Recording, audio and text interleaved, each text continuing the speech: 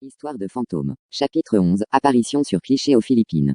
La photo a été prise à Manille, République des Philippines, avec un téléphone portable de modèle Nokia 7250, ce qui justifie la mauvaise qualité de l'image. Les deux étudiantes sur la photo étaient sorties pour faire une promenade en soirée, et demandèrent à un étranger de passage de les prendre en photo. Surprise lorsqu'elles ont vu la photo, un fantôme semble tenir le bras de la jeune fille de droite et se pencher comme pour prendre la pose avec elle. Et deux jeunes femmes. Pourtant, selon des témoignages, les étudiantes n'avaient senti aucune présence ou sensation étrange autour d'elles au moment de la photo. Le Nokia a été racheté et examiné mais aucun défaut n'a été trouvé. Chapitre 12. Fantôme sur échographie au Brésil. L'histoire se passe au Brésil. Famela de Souza, une jeune brésilienne et future maman, eut un choc lorsqu'elle aperçut sur les images de l'échographie de son enfant de 10 semaines un visage qu'elle semblait connaître. Paniquée, elle a donc montré l'échographie à son mari, qui a lui aussi reconnu le visage. Il s'agit du visage de sa grand-mère, qui est décédée. Ci-dessus, vous pouvez voir une photo comparative entre une photo d'identité de la grand-mère décédée et l'apparition fantomatique sur l'échographe. HIE. Très troublant. La réincarnation existerait-elle vraiment? Chapitre 13. Le fantôme de Jim Morrison.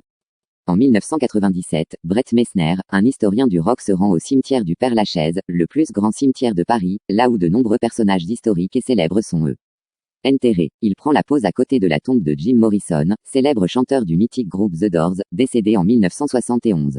5 ans plus tard, en 2002, Brett remarque une apparition sur sa photo. Il est persuadé qu'il s'agit du fantôme de Jim Morrison. Plusieurs experts en paranormal ont analysé la photo et n'ont trouvé aucune explication à cette apparition. Depuis que l'historien a visité ce fameux cimetière en 1997 et pris ce fameux cliché, il serait poursuivi par le mauvais œil. L'échec de son mariage et la perte d'un jeune ami à cause d'une overdose sont juste quelques-unes des tragédies qui se sont abattues sur Brett Messner depuis qu'il a redécouvert la photographie. J'ai perdu de gros clients et la malchance n'a fait que me poursuivre durant ces dernières années.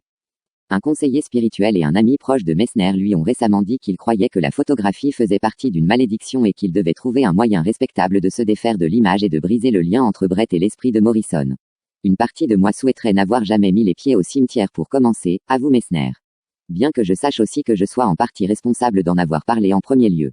J'aurais dû le garder pour moi et ne pas laisser les médias s'en donner à cœur joie avec quelque chose d'aussi spécial et personnel. Messner essaye actuellement de trouver une organisation privée et de bonne réputation à qui donner la photo et le négatif. Jusque-là, il n'a pas trouvé preneur. Chapitre 14. Fantôme à l'église de Worstead, Angleterre. Cette photo a été prise en 1975 dans l'église de Worstead au Royaume-Uni par Peter Berthelot. Peter prenait en photo sa femme Diane, malade, en train de prier. Quelques mois plus tard, lorsque les photos ont été développées, le couple fut surpris de voir une mystérieuse forme blanche derrière Diane, sachant qu'il était supposé n'y avoir personne assis derrière elle ce jour-là. Lorsque Peter et Diane retournèrent visiter l'église l'été qui suivit, ils montrèrent la photo au révérend de l'église qui leur parla ensuite d'une légende de Dame Blanche, un fantôme, guérisseur, qui apparaît. Et quand une personne a besoin de guérison. Chapitre 15. Le fantôme du musée Edward Jenner à Berkeley, Angleterre. Chris Sandys, journaliste de la BBC, est envoyé en reportage au musée Edward Jenner à Berkeley, dans le Gloucestershire, un lieu qui est réputé pour être hanté. Alors qu'il prenait des clichés dans le grenier, un cliché retient son attention. C'était une formation lumineuse bizarre montrant une silhouette mystérieuse dans l'embrasure d'une porte, dit-il.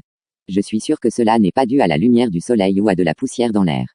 J'ai contrôlé à nouveau et j'ai regardé dans l'embrasure mais je ne voyais rien.